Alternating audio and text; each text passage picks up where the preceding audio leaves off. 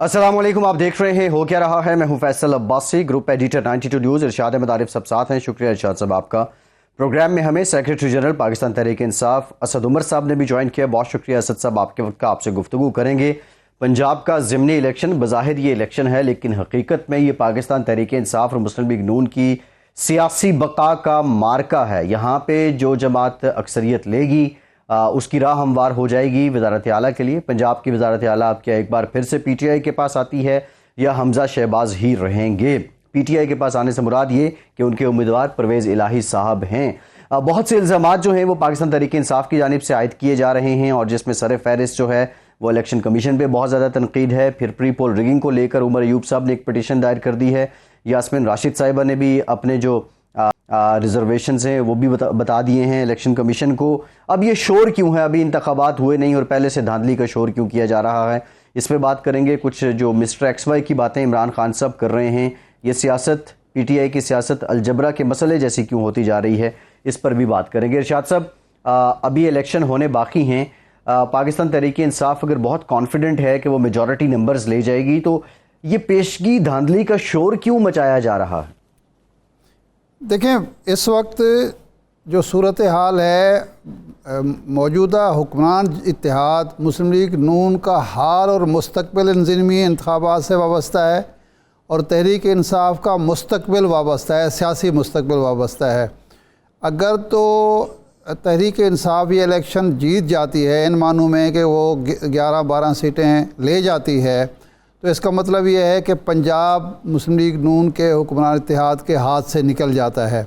लेकिन अगर vice versa ऐसा होता है कि हमजा शहबाज की हुकूमत कायम रहती है, तो इसका मतलब है कि एक बड़ी स्ट्रगल करनी पड़ेगी तहरीक इंसाफ को अगले शफाफ इंतखाबात के लिए, खा वो इस साल हूँ या अगले साल हूँ, क्योंकि इन इंतखाबात में अगर शिकस्त हो जाती है तहरीक इंसाफ को, तो फिर उसके लिए जल्द इंतखाबात का हुसूल आसान नहीं रहेगा। हुक्मरान इत्तेहाद के एतमाद में मज़ीद इजाफ़ा होगा।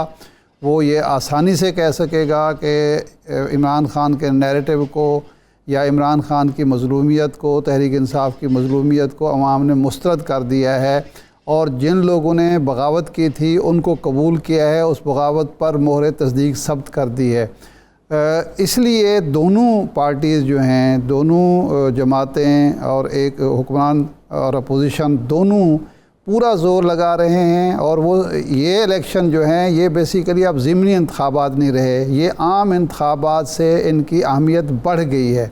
यानी आम इंतखाबात में तो ये होता है कि दोनों को एक लेवल प्लेइंग फील्ड मिली होती है, दोनों जो हैं, जो हमारे यहाँ निगरान हुकूमत के ज़ेर निगरानी हो रहे होते हैं, दोनों बराबर की सतह पर। इस वक्त एक तरफ एक हुकूमत है, दूसरी तरफ एक अपोजिशन है, और इल्ज़ामात दोनों एक दूसरे पर लगा रहे हैं। लेकिन असद उमर साहब से पूछते हैं कि इस वक्त जो फ़ज़ा है पंजाब में, उसको आप कैसा महसूस कर रहे हैं, और धांधली के इल्ज़ामात जो आप लगा रहे हैं इमरान खान साहब और आपके जो उम्मीदवार हैं पंजाब की वज़ारत आला के, परवेज़ इलाही साहब, बाकी जो दोस्त, तो उनके पीछे कोई आपके पास एविडेंस भी हैं, या सिर्फ ये है कि अगर हार हो तो हार को कवर करने के लिए इल्ज़ामात लगाए जा रहे हैं? असद उमर साहब जी, शुक्रिया जी। पहली बात तो आप पूछ रहे थे कि इस वक्त फ़ज़ा कैसी है पंजाब के बाई इलेक्शन की। फ़ज़ा तो जी अल्हम्दुलिल्लाह तहरीक इंसाफ के लिए इस वक्त इंतहाई साजगार है।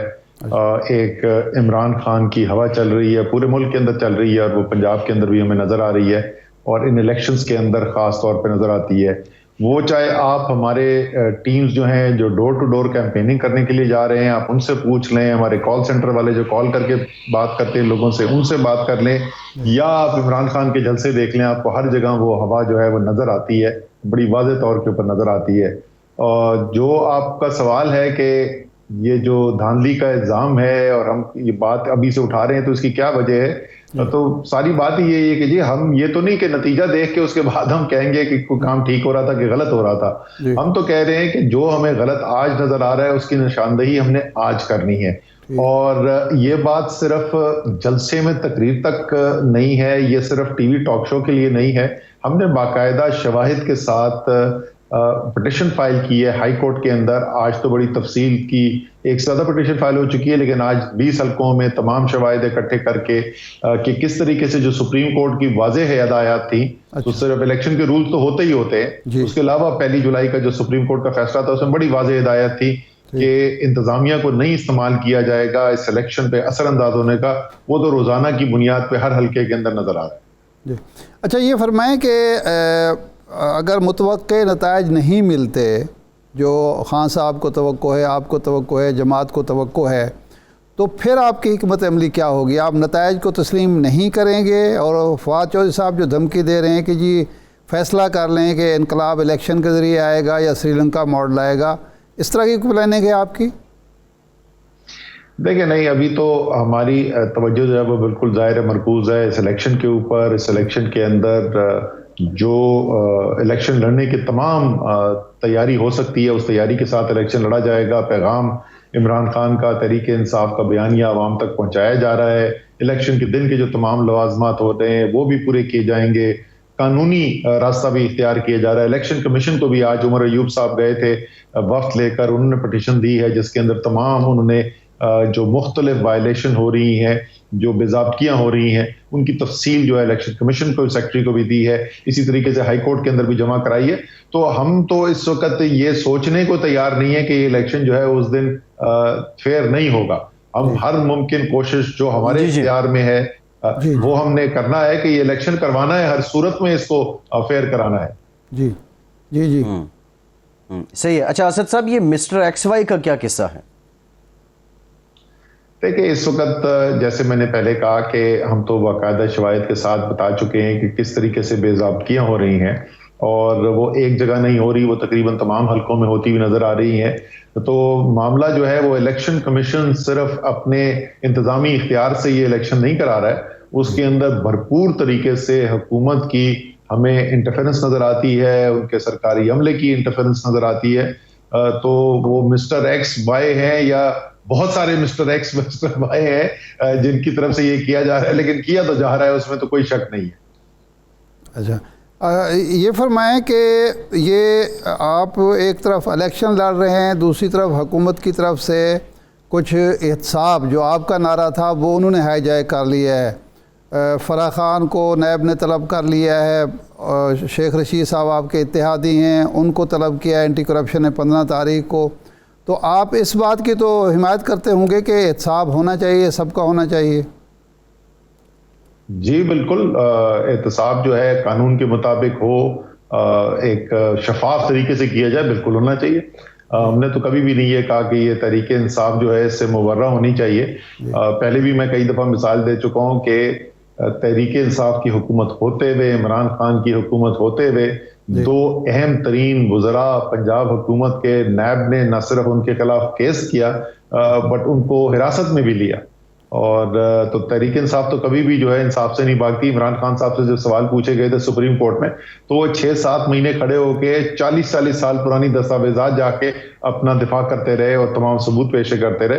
तो बिल्कुल एहतसाब होना चाहिए, सबका होना चाहिए, लेकिन साफ शफाफ तरीके से होना चाहिए, कानून और कायदे के मुताबिक होना चाहिए। अच्छा, ये धांधली का आप जब आपकी तरफ से इल्ज़ामात लाए, आप इलेक्शन कमीशन में भी चले गए, हाई कोर्ट्स में भी चले गए, तो धांधली रोकने के लिए आपने, आपकी जमात ने ख़ुद क्या इक़दामात किए हैं इलेक्शन डे पर, प्री पोल और रिज़ल्ट्स के तैयारी के मौके पर?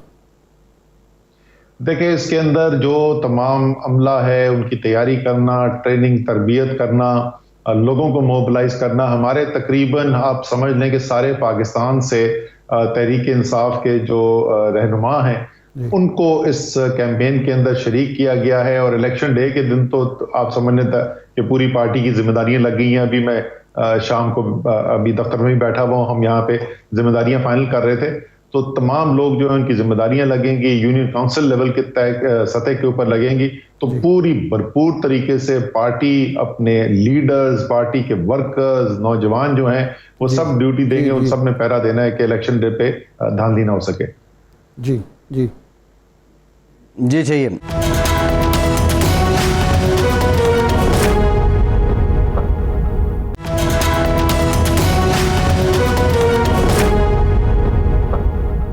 अच्छा असद साहब, अभी इरशाद साहब ने जिक्र किया इंक्वायरियों का, शेख रशीद साहब के, फिर जो फराह खान साहब हैं उनको भी तलब किया गया है। आप क्या समझते हैं ये फराह गोगी के ज़रिए इसका दायरा कार जो है मौजूदा हुकूमत मुतासर करना चाहती है, साबिक वज़ीर-ए-आज़म के घर को, साबिका खातून अव्वल तक ये पहुँचना चाहते हैं, उनको शामिल तफ्तीश करना चाहते हैं, या ये मामला फराह गोगी तक ही रहेगा? ये तो इसका जवाब तो हुकूमत ही दे सकती है जी, लेकिन जैसे मैंने कहा कि कभी अगर जायज़ कानून के मुताबिक एहतसाब की बात कर रही हो तो तहरीक इंसाफ उससे भागने वाली नहीं है। मसला इनके साथ ये हो रहा है कि इन्होंने खंगाल के रख दिया इनको इमरान खान के ऊपर, मिल कुछ नहीं रहा। तो अब जो है वो इल्ज़ामात ही हम सुनने को मिलते हैं या किसी और तरफ निशाना चला जाता है।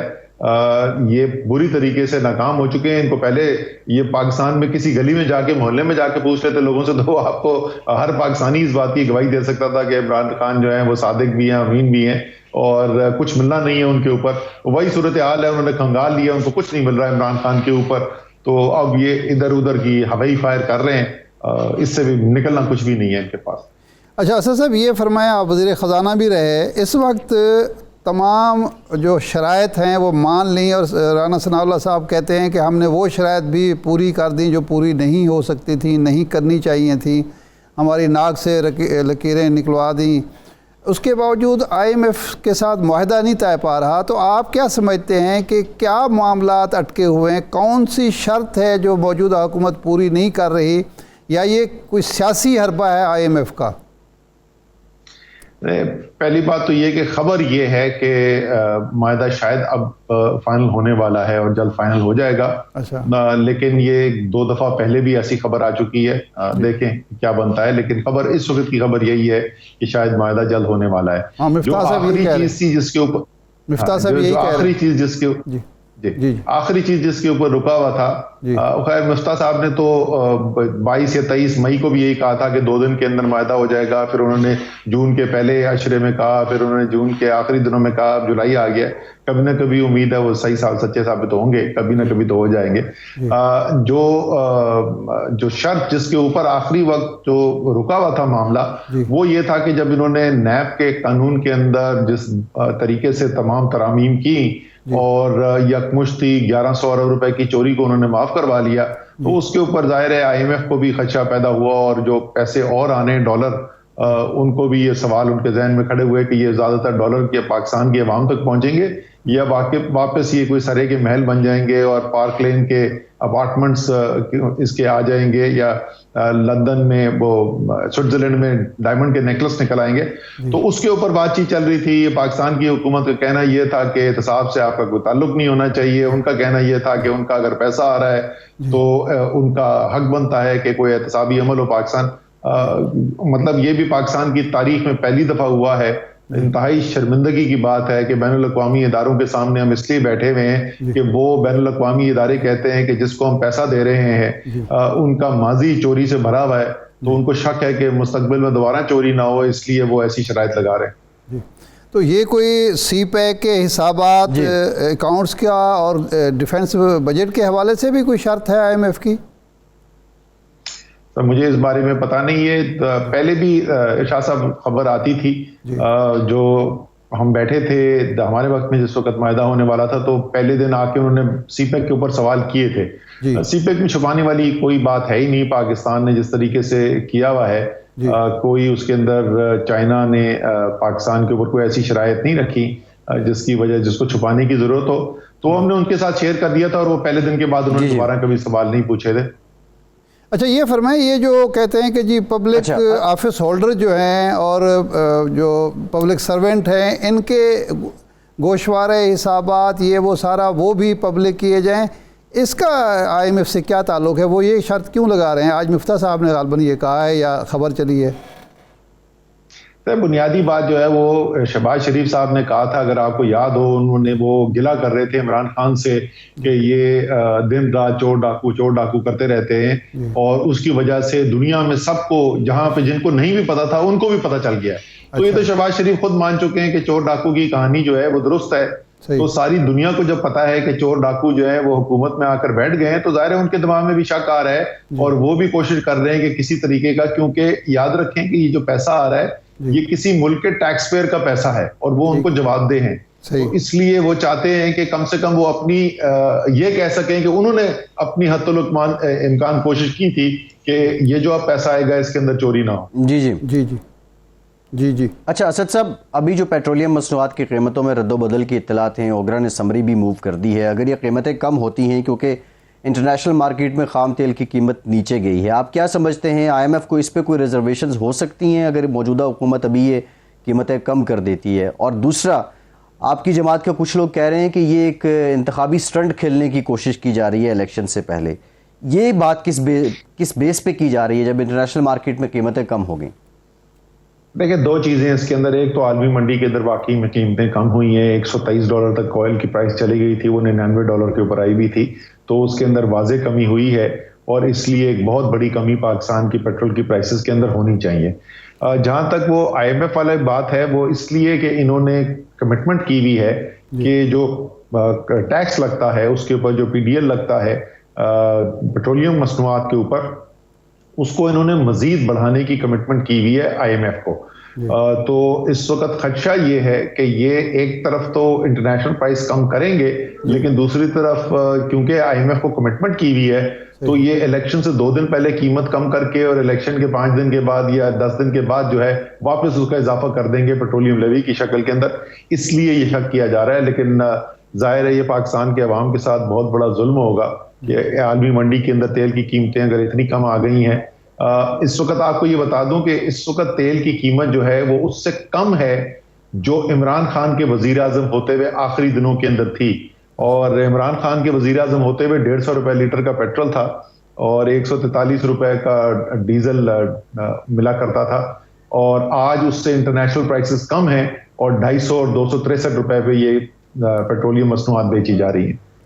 असद उमर साहब, आपके दौर में पीका ऑर्डिनेंस जो था वो नवाज शरीफ साहब के दौर का, उसमें तरमीम लाई गई ऑर्डिनेंस के ज़रिए, उसको मज़ीद सख्त किया गया और उसका फ़ायदा उठाकर मौजूदा हुकूमत के दौर में सहाफ़ियों के ख़िलाफ़, एंकर्स के ख़िलाफ़, यूट्यूबर्स के ख़िलाफ़ कार्रवाइयाँ हो रही हैं, जिसकी आप जो है मज़म्मत भी कर रहे हैं। इमरान खान साहब हर जलसे में उसका ज़िक्र भी करते हैं। क्या तहरीक इंसाफ को आप इस पे कोई रिग्रेट है कि आपने वो जो कुछ किया था वो गलत किया था? उस वक्त जब हम ये कहते थे कि ये गलत हो रहा है तो आपके वज़रा बाकायदा उसकी वजाहतें और दिफा किया करते थे।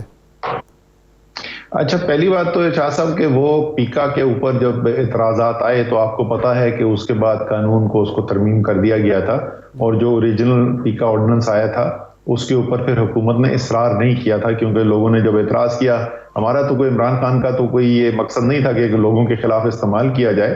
तो जब उसकी मुख्तलिफ चीज़ें बताई गई कि इससे किस तरीके से गलत इस्तेमाल किया जा सकता है, तो इमरान खान तो मान गए थे और वो उसमें तरमीम कर दी गई थी। अभी जो ये हो रहा है इसका तो कोई कानून से ताल्लुक नहीं है। मुझे ये बताएं कि कौन सा कानून ये कहता है कि आप इमरान रियाज खान को उठाएं और पहले आप इस्लामाबाद से उसको ले जाएं अटक, फिर अटक से ले जाएं पिंडी, फिर पिंडी से वापस ले जाएं अटक, फिर अटक से ले जाएं उसको चकवाल, में चकवाल से ले जाएं लाहौर। ये तो किसी कानून के तहत नहीं हो रहा है। इस वक्त ये पीका ऑर्डिनेंस तो नहीं है, इस वक्त तो ये मावराए कानून, मावराए आइन इकदाम किए जा रहे हैं और इसलिए उसके ऊपर इतना शदीद सिर्फ हमसे नहीं, पूरे पाकिस्तान से, पाकिस्तान के अवाम से जो इस वक्त रद्द अमल नजर आ रहा है उसके खिलाफ आवाज उठ रही है, वो इसलिए उठ रही है। जी जी जी जी। अच्छा सब पिछले दिनों इमरान खान साहब ने मुलाकात की एंकर्स के साथ, सहाफ़ियों के साथ, और उन्होंने कहा कि मैंने दरवाजे जो हैं वो अपने खोल दिए हैं। तो क्या उन दरवाज़ों से कोई एंटर भी हुआ है खान साहब से, किसी किस्म का कोई राब्ता या आपकी जमात से? नहीं जी, ऐसी कोई मुज़ाकरात वगैरह नहीं चल रहे हैं। हाँ, ये खान साहब ने ये कमेंट जरूर किया था, वो भी कुछ सहाफ़ियों के साथ किया था, लेकिन क्या कोई इस वक्त कोई मुज़ाकरात चल रहे हैं, ऐसा नहीं। अच्छा असद साहब, आखिरी सवाल ये है। नहीं, ये तो हम आपसे जानना चाह रहे हैं। मेरा ख्याल है मैं आपको कह रहा हूँ ना कि कोई ऐसे मुज़ाकरात नहीं चल रहे, मैं तो आपको वाज़ेह तौर पे कह रहा हूँ। अच्छा, आखिरी सवाल ये है, ये फरमाएं कि अगर आपकी तवक्कुआत के मुताबिक नताइज नहीं आते तो क्या आप नताइज को तस्लीम करेंगे, नंबर 1, और अगर ऐसी सूरत हाल पैदा होती है तो फिर आप कौमी असम्बली वाला जो एक्ट है वो पंजाब असम्बली में करेंगे कि इस्तीफ़े दे दें और निकल जाएं असम्बली से? शाह साहब, मैंने जैसे पहले कहा ना कि मैं तो इस मफरूजे के ऊपर अभी जवाब देने को ही नहीं तैयार हूं। अभी तो हमने इलेक्शन जीतना है इंशाल्लाह ताला। अच्छा। और धांधली होने नहीं देनी। हमारा इस वक्त फोकस उसी चीज के ऊपर है। बाकी ये बहुत सारे और भी जर्नलिस्ट पूछते हैं, सहाफी पूछते हैं ये सवाल कि क्या आप मानेंगे? भाई अगर धांधली होगी तो हम बोलेंगे धांधली हुई है, नहीं धांधली होगी तो हम नहीं बोलेंगे। बड़ा आसान है। अगर ये चाहते हैं कि हम धांधली की बात ना करें, धांधली ना करें, हम बात भी नहीं करेंगे। जी ठीक, बहुत शुक्रिया सेक्रेटरी जनरल पाकिस्तान तहरीक इंसाफ असद उमर साहब। आपके वक्त का एक ब्रेक लेते हैं, ब्रेक के बाद इसी मामले पर बात करेंगे। हमारे साथ रहिए।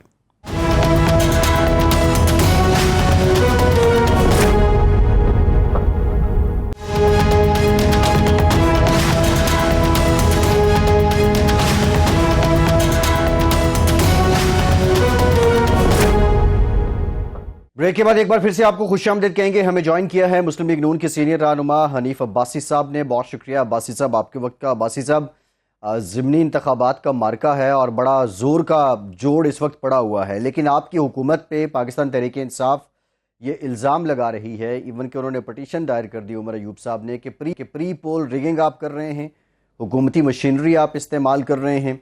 शहबाज शरीफ साहब अदालती पाबंदी के बावजूद वो इख्तियारात इस्तेमाल कर रहे हैं जिसकी उनको इजाज़त नहीं है।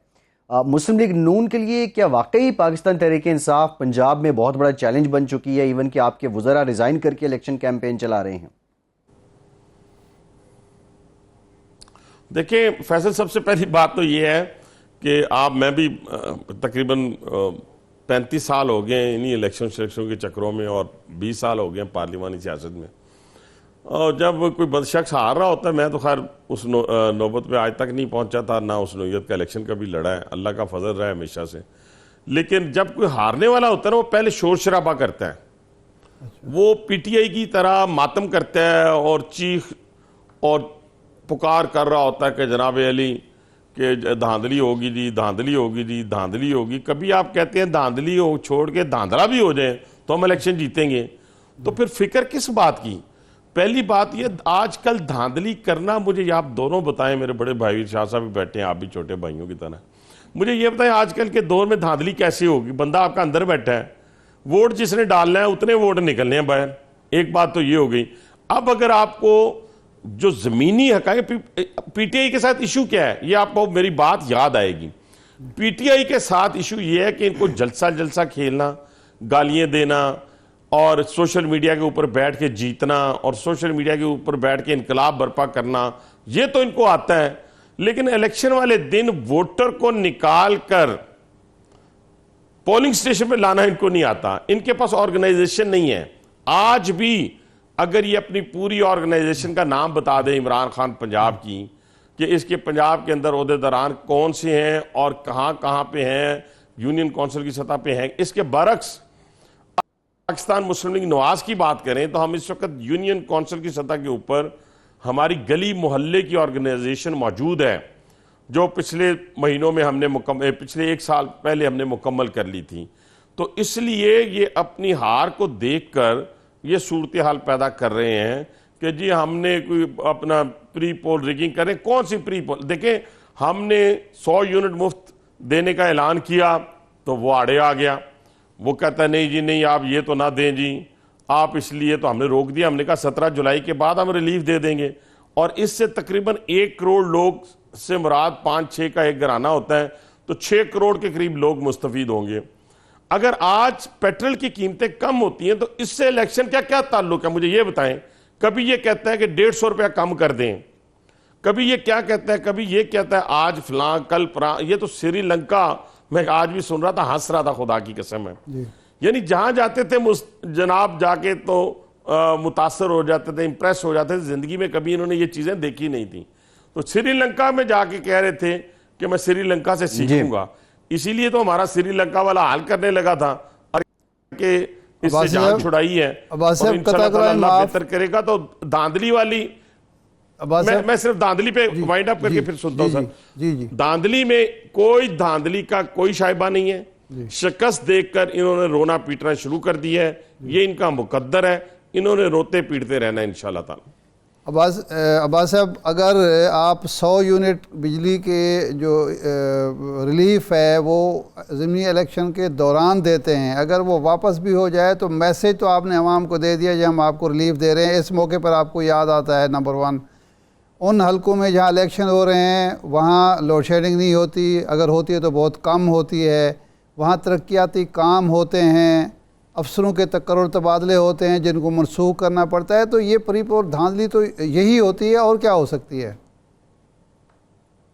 अच्छा, नहीं, मैं 2-3 चीजें क्लियर कर दूं। एक तो ये लोड शेडिंग आपको पता है कि ईद से पहले तक सारी जगह के ऊपर ही खत्म हो गई हुई थी, हर जगह के ऊपर ये खत्म हो गई। एक तो ये कॉन्सेप्ट बिल्कुल क्लियर कर लें। दूसरा, तरक्याती काम किसी जगह नहीं हो रहे। तीसरा, किसी अफसर का कोई तबादला, मैं आपको यकीन माने, अगर मेरी बात पे इरशाद भाई अगर आप यकीन करें, मैं तो ब्लंट गुफ्तगू करने वाला हूं। मैंने वो शहर यार की तरह इरशाद भाई जान अल्लाह को नहीं देनी, मैंने हकीकी मानों में जान अल्लाह को देनी है। ठीक है जी। तो मैं ये कहता हूं कि मेरी माँ ने मुझे आज़ाद जना है। मैं सिर्फ आपको ये कहना चाहता हूं, इस पिंडी के अंदर किसी जगह अगर कोई ट्रांसफर पोस्टिंग हुई भी कभी शुरू में तो वो रिवर्स हो गई। अब इन 15-20 दिनों में, 25 दिनों में मैंने किसी जगह अगर कहा भी बड़ी मजबूरी में, हालांकि पिंडी का कौठा से क्या ताल्लुक है, पिंडी कौठा से बहुत दूर है, तहसील ही अलग है। पिंडी तहसील में कोई ट्रांसफर पोस्टिंग में बैन है, यानी पूरे डिस्ट्रिक्ट में बैन है। अगर कोई आपके पास है तो मुझे दिखा दें। तो इसलिए ये सारी चीजें किसी सूरत भी देखें, ये बहाने हैं। ये जब इलेक्शन हम जीत रहे होते हैं ना, मैं अपनी बात करूं तो मैं अपने कारकुन को कहता हूं भाई लड़ना नहीं है, अगर कोई लड़े भी ना तो उससे लड़ना नहीं है, पास से गुजर जाना है। हम इलेक्शन जीत रहे हैं तो इस वक्त हमने पीटीआई से लड़ना नहीं है, क्योंकि हम इलेक्शन जीत रहे हैं। तो हमारा दिमाग खराब है कि हम पीटीआई से लड़े। सही है। अच्छा, ये फरमाएं कि अब आईएमएफ की शराइत के तहत आपने पेट्रोल की कीमतें, हुकूमत ने 100 पेट्रोल की कीमत और 133 रुपए डीज़ल की कीमत बढ़ा दी। अब जब 25-26 डॉलर कीमत हुई है तो क्या आप लोगों ने सजेस्ट किया है वज़ीर आज़म को कि कम अज़ कम 60-70 रुपए कम होने चाहिए? ये एक हक बनता है अवाम का। अच्छा, आज बड़ा इरशाद साहब, मैं आपको ना एक छोटा सा, लोगों को, पढ़े लिखे लोग हैं, मैं छोटी सी गुजारिश करने लगा हूं। 12.6 अरब डॉलर की डील चल रही थी जब हमारी ये इसकी पीटीआई की हुकूमत आई, उसके आईएमएफ की और पीटीआई की। ये बड़ा इंपॉर्टेंट पॉइंट है, लोगों को पता चल जाएगा शिकंजा कहां पे आया। ये इन्होंने शोर मचाया, हमने नहीं जाना, हमने नहीं जाना, हमने नहीं जाना। वो कर करा के इन्होंने ये आपस में तय किया कि हम इससे लेते हैं 6 अरब डॉलर, तो हम बाकियों से लेंगे, अपने जो हमारे दोस्त ममालिक हैं उनसे हम पैसे पूरे कर लेंगे। वो तो ये कहते थे सारे पैसे ही पूरे कर लेंगे। अच्छा, वो लेट होता गया सिलसिला। तो 4.8 के ऊपर सूद के ऊपर इन्होंने अपने दोस्तों से लिए, अपना कर्ज लिया, और टोटल बना 6-7 अरब। इनको 12 चाहिए था, 7 अरब डॉलर। इन्होंने फिर आईएमएफ का 3.2 पे लिया। अब ये जो डिफरेंस है, ये इतना बड़ा रेफरेंस बनता है। मैं वही अपनी हुकूमत को कहता हूं, ये छोटे छोटे गोगी वगैरह को भी पकड़े, जरूरी है फ्रंट मैन को पकड़ना ताकि खुरा उसके घर तक जाए। लेकिन इतने इतने बड़े ब्लंडर जो है, ये फैसले जो है, किसने किए हैं? अब जो आपने बात की, ये सारा कुछ लेजिस्लेशन हुई नेशनल असेंबली के अंदर, इमरान खान ने की। ये तमाम सब्सिडीज खत्म करने का तमाम तर प्लान जो था वो ये तय करके गया था, और ये एग्रीमेंट टोटल इमरान खान का था। अच्छा, अब कीमतें हो गई कम, आपकी बड़ी जबरदस्त बात है। हमने इंशाल्लाह ताला रिलीफ इलेक्ट्रिसिटी में दिया, डंके की चोट पे इंशाल्लाह 17 जुलाई के बाद देंगे। बार बार ऐलान करते हैं कि हम अपने गरीब लोगों को देंगे सब्सिडी। सॉरी, बिल्कुल वेव ऑफ करेंगे। अब जो मैंने आपकी बात की, मैंने अच्छा अब्बासी साहब, आपस की बात है, और मैं ब्लंट के जी मैंने 50 रुपए उनको, कम से कम 50 रुपए कम होने चाहिए। अच्छा। उन्होंने मुझे कहा कि देखिए, हम इमरान खान की तरह झूठ नहीं बोलेंगे, कॉस्मेटिक स्टाइल नहीं अपनाएंगे, हम सच बताएंगे कौम को। तो मेरा ख्याल है, जो मेरा आइडिया है, फिर भी 30-40 रुपए इंशाल्लाह ताला कम होगा। और ये अगर मुझे जो आगे प्रिडिक्शन है, ये ऑयल की कीमतें कम होती जाएंगी और हम पास ऑन करते जाएंगे अपने लोगों को जिन्होंने ये कुर्बानी दी है, उनको हम इंशाल्लाह पास ऑन करेंगे। भाई साहब, ये तो आपकी खुशबख्ती 2013 से 18 में भी रही ना कि ऑयल की कीमतें नीचे आई, लेकिन सवाल ये है, अभी आपने केसेस की चले, बात अगर की, हमारी आपके खुशबख्ती हनीफ अगर हैं, आ दुबई जाती की है, हनीफ हैं अगर आप। बदबख्ती होती हरीफ हैं है आपके इनफैक्ट। सर, बदबख्ती भी तो हमारी होती है ना।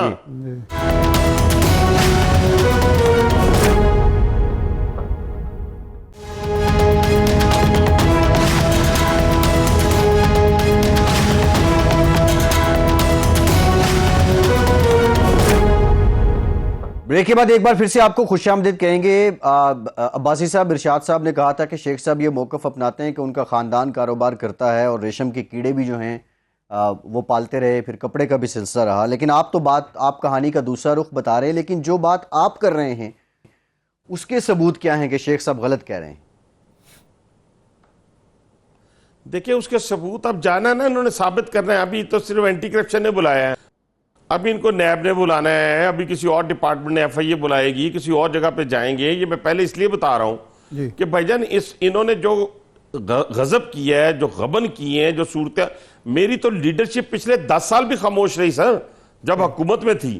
इनका ये कहते हैं कि ठीक है, हमें कोई बेशक फांसी की कोठरियों में डाल दे, हमारी माँ बहन और बेटी को रुसवा करे, लेकिन अगर मैं कह दूं कि जी विग उतार के लाना है और 5 लाख रुपए इनाम मिलेगा, तो मुझे कहा जाता है जनाब कि नहीं भाई साहब यहां जरा हाथ होला रखें। ये मैं आपको हकीकी मानों में बता रहा हूं। इतने वजहदार लोग हैं ये। अच्छा। लेकिन ये वजहदारी मेरी सियासत में नहीं है भाईजान।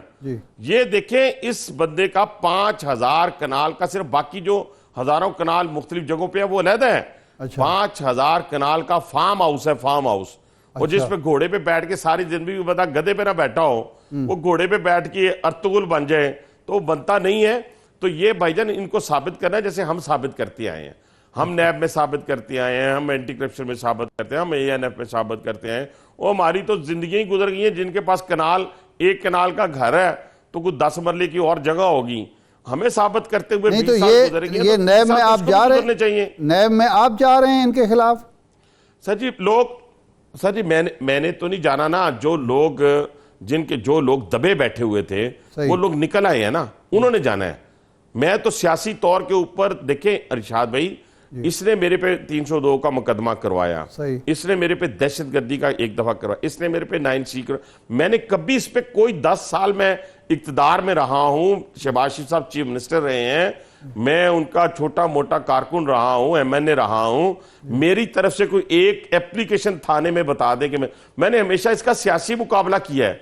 मैंने 70 हजार वोटों से इनको चाचा भतीजे को हराया है, फिर भी अल्लाह मुझे मौका देगा। लेकिन मैं फिर कहता हूं कि अगर इमरान खान हो, शेख रशीद हो, कोई हो, केस बनाए, मजबूत बनाए, अल्लाह का नाम ले, पकड़े, रिकवरी करें और जेलों में डालें।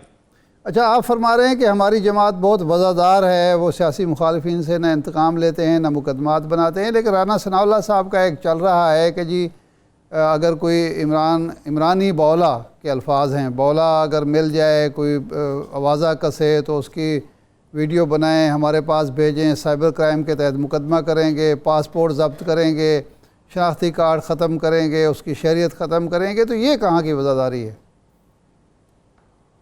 नहीं, ये देखें मेरी बात सुने, ये राना सनाउल्लाह साहब का अपना पॉइंट ऑफ व्यू होगा, एहसन इकबाल साहब का अपना तरीकाकार था, हनीफ अब्बासी का अपना तरीकाकार है। फर्ज किया मुझे अगर कोई ऐसे मिल जाए ना तो मैं इंशाअल्लाह ताला पूरी तसल्ली करवाऊंगा।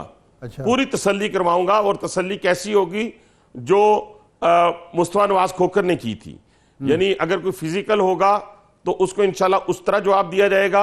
अच्छा। अगर कोई इस तरह मेरी जात के ऊपर, मेरी सेल्फ रिस्पेक्ट के ऊपर बात करेगा तो मैं उसकी जात के ऊपर बड़े प्यार से बात करूंगा। उसको मैं किसी खातून को गाली नहीं दूंगा, उसको धक्का नहीं दूंगा, उसे मैं कुछ भी नहीं करूंगा, लेकिन उसको मैं शर्म दिलाऊंगा कि तू अपने हस्बैंड के साथ है, अपने भाई के साथ है, अपने बेटे के साथ है, बीबी अपनी इज्जत का ख्याल कर।